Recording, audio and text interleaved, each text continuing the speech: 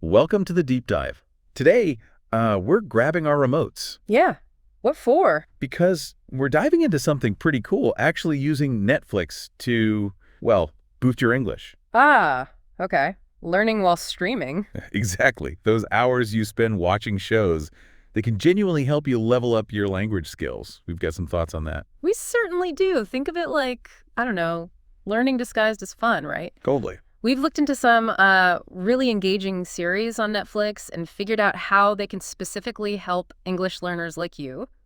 So the mission today. Basically, to give you a watch list that's not just, binge-worthy, but actually useful for getting better at English. Okay, let's unpack that a bit because, just hitting play isn't quite enough, is it? No, not really. It's not magic. So what are some, core ways to really learn from these shows? Well, the big one is always subtitles, isn't it? Uh-huh. Always comes up. Our advice, if you're serious about active learning, is try to challenge yourself. Watch in English, but maybe without subtitles if you can manage it. Right.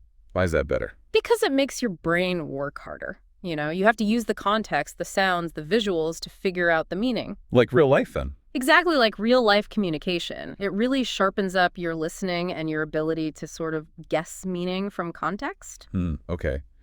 But that might feel like a pretty big jump for some people. Yeah, fair enough. What's a gentler way in for someone maybe just starting or finding it really tricky? That's a good point. If you're a beginner or if it's just too much without support, then English subtitles are, a really valuable tool. Okay. So you can still follow along. Absolutely. Or another great strategy is rewatching shows you already know really well, but this time in English. Because you know the story already. Precisely. You're not struggling with the plot, so you can focus much more on the actual language being used, the phrases, the pronunciation. So it's more like a gradual thing, getting used to it over time. Exactly. Think of it as consistent exposure. It gently tunes your ear to the rhythm, the sounds, the intonation of English. Makes sense. But, and this is important, just passively watching. It's only one part of it. Right. You need more. Yeah, you really get the most benefit if you combine it with active practice, like trying to repeat phrases you hear, or maybe doing some actual English lessons alongside it. Okay, active watching plus active practice. Yeah. Got it. So let's talk specific shows. Where should we start building this educational watch list? Right. Let's start with Sense8. Okay, Sense8, why that one? Well, the really valuable thing here for language learners is the sheer range of English accents. Oh, right. The characters are from all over. Exactly. Yeah. You get American, Australian, British, other English dialects too. Yeah. It's fantastic for learning to tell the difference between sounds, pronunciations. Yeah, those subtle differences that can sometimes trip you up. It just makes you a more adaptable listener in the real world. It trains your ear to handle all that natural variation. That's brilliant. Okay, so that's great for accents. What if you wanted to focus maybe on, say, British English? Ah, good one. Then The Crown would be an excellent choice. Makes sense. Very British. Very. It's obviously rooted in British English, and because it's all about the monarchy, politics, history, you get exposed to quite formal language. Right, not just everyday chat. No. You get vocabulary about government, social structures, historical stuff. Understanding that kind of formal language, it helps with complex sentences, expands your vocabulary in specific areas. And if you like that sort of thing. Yeah, if you find the royals fascinating, you can then go off and watch related English movies or documentaries too. More immersion. So you can really follow your interest, which must make it feel less like studying. Definitely helps with motivation. Okay, now what about something that might be a bit gentler, easier to follow, maybe for newer learners? For clarity, especially in the narration, I'd really recommend Atypical. Atypical. Tell me more. The main character, Sam, he's on the autism spectrum, and he often narrates his thoughts and experiences. And his way of speaking, especially in the voiceovers, tends to be really clear, quite deliberate sometimes, much easier to follow if you're at an earlier stage. And the content. Well, it's interesting because it blends everyday, sort of colloquial English between characters, but also Sam's clear explanations of how his brain works, so you get both language and, some cultural insight too. That sounds really accessible and interesting too. Okay, shifting gears a bit. What if someone wants to understand how a specific group speaks? Maybe younger people or a certain social scene. Then Gossip Girl could be a really fun option. Gossip Girl. Okay, that's a different vibe. Totally. It gives you this window into, wealthy Manhattan teenagers. You pick up specific slang, idioms, cultural references for that particular group. Not quite going formal. Oh, very informal. But understanding that kind of chat can be useful for just, understanding different ways people talk. And hey, it started as books, right? Did it? I didn't know that. Yeah, so if you enjoy the show, you could then look for the English books or audiobooks, another way to reinforce the vocab. Good tip. Different ways to learn the same stuff. Yeah. Okay, what about professional English for work? Right. If your goal is boosting your English for business or maybe law, then Suits is a really strong choice. The legal drama. Yep. Set in a high-powered New York law firm, the dialogue is just packed with formal language, specialized legal and business terms. Negotiations, presentations. All of that. Everyday office talk too, but in that specific context. Right.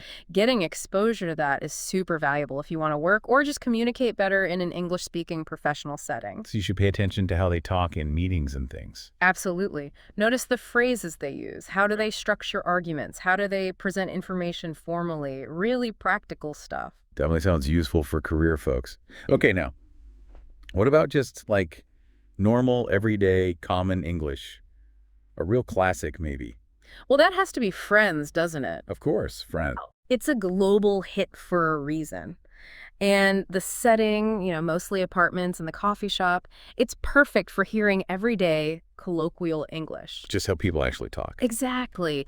Loads of common expressions, idioms, jokes, phrasal verbs, conversational fillers, all that stuff. If you've only ever watched it dubbed. Rewatching in English is amazing for understanding casual chat and social interactions. And it's so relatable, which must help you figure out what's going on. For sure. The context is usually pretty clear. Okay, now, what if someone wants more of a challenge? Something with maybe more complex language, but worth the effort. For someone maybe intermediate or advanced looking to really expand their vocabulary on complex topics, House of Cards is a good one. Politics and power plays. Intense Washington, D.C. politics. So you get exposed to legal, political, even some academic sort of vocabulary. It's tough. It can be, yeah. The plots are quite complex. You might need to pay close attention, maybe even pause sometimes. But the language is so rich. Great for learning sophisticated terms and seeing how they're used in complex discussions. And it gives you a peek into that world, even if it's fictional. Exactly. A fascinating look at politics. Okay, one more maybe. Something a bit different thematically. Let's not forget Black Mirror. Yes. Very different. It's a British English series, which is good for variety, and each episode is a totally separate story. Right, like mini movies. Kinda, and they cover all sorts of genres: suspense, sci-fi, mystery, dystopia, so the vocabulary changes a lot depending on the theme of the episode. Keeps you on your toes. And it's British English again, so good practice for that accent too. Mm-hmm. Plus, there's that interactive episode they did, remember? Bandersnatch. Oh yeah, where you make choices. Exactly, which is kind of a cool, almost game-like way to engage with the language through making decisions. That does sound like a really novel way to learn. Ah. Okay, so we've got this fantastic list of shows now. Loads of options. But like we said earlier, just watching. It's not the whole story, is it? No, it's the input. So how can you actively, cement what you're learning? Like after watching Sense8 with all those accents, what could you actually do? That's a great question.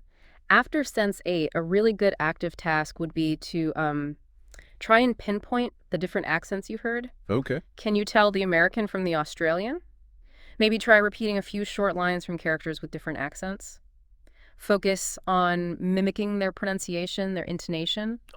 Imitating them. Yeah, that kind of active listening and imitation really helps your own pronunciation and your ability to understand different speakers. That's a really practical idea. Okay, what about after watching, say, Suits with all the business talk? After Suits, maybe try jotting down some of the key business or legal words you picked up. Right. Then try using them yourself.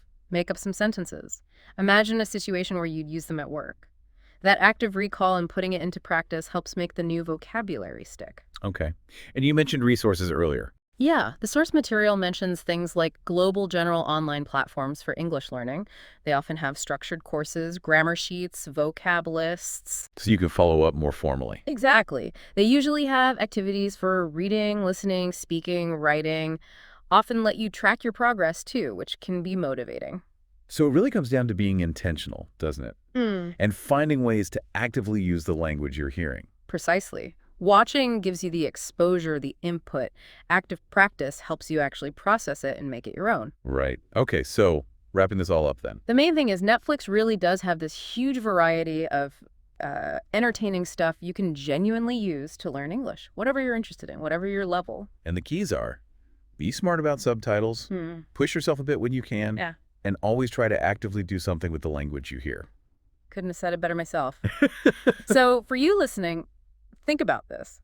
What parts of English language or culture really grab you? Yeah, what are you curious about?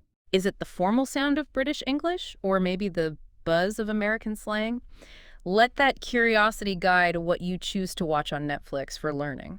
Because enjoying it makes a difference. Absolutely. And remember, even if you just dedicate some of your viewing time to really listening and paying attention to the language, you can see real improvement over time. That's some great advice to get people started. Well, I think that's all we have time for in this deep dive on learning English with Netflix. Thanks so much for joining us. It was a pleasure. Goodbye for now.